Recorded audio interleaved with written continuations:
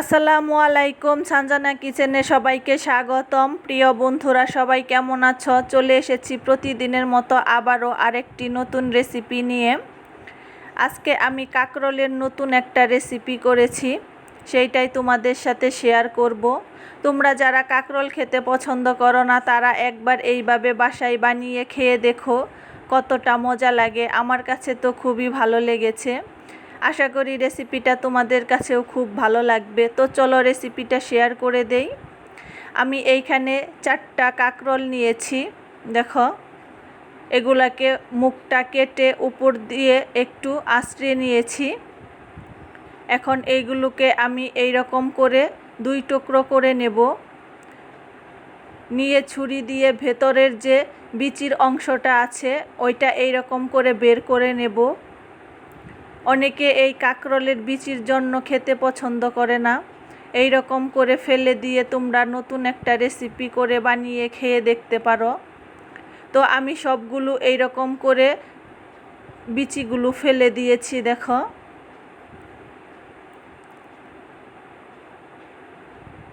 এখন আমি এই দিকে একটা আলু সেদ্ধ করে নিয়েছি।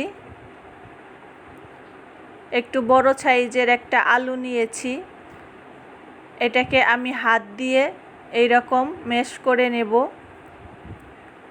এখন আমি এর মধ্যে দিয়ে দেব 2 টেবিল চামচ বেসন, আর দিয়ে দেব এইখানে আমি একটা পেঁয়াজ কুচি, আর দিয়ে কাঁচামরিচ কুচি, আর দিয়ে দেব এইখানে হাফ চামচের মতো জিরা বাটা, আর হাফ চামচ দিয়ে দেব আদা রসুন বাটা, আর দিয়ে দেব এইখানে আমি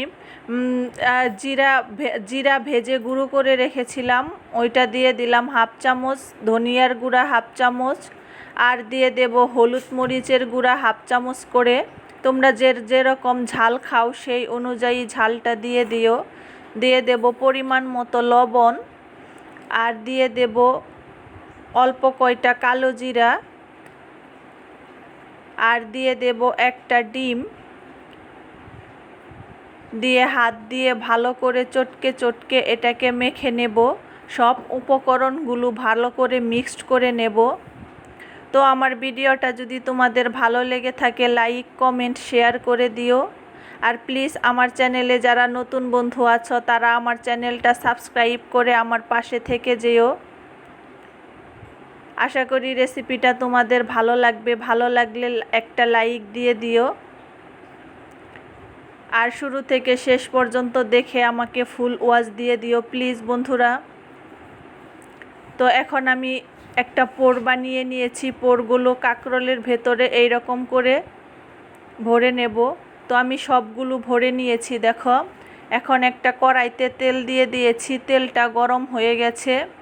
এখন কাঁকরোলগুলোকে আমি এই রকম উপর করে দিয়ে দেব। এক এক করে সবগুলো দিয়ে দেব।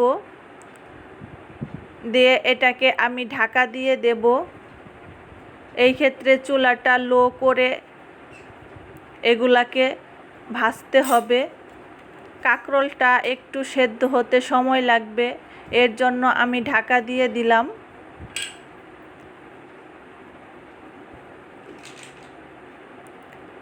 তো এটা আমার সেদ্ধ হয়ে গেছে। দেখো, আমি উল্টে দিয়েছি। এই রকম যখন ভাজা হয়ে যাবে তখন এটাকে উল্টে দেব। তো আমার কাঁকরোলগুলো ভাজা হয়ে গেছে। দেখো, এখন এগুলাকে আমি নামিয়ে তোমাদের পরিবেশন করে দেখাচ্ছি কতটা লোভনীয় হয়েছে। খেতেও কিন্তু ভীষণই মজা। তোমরাও বাসায় ট্রাই করো, বানিয়ে খেয়ে দেখো। তো আজ এই পর্যন্তই। ভালো থেকো সবাই।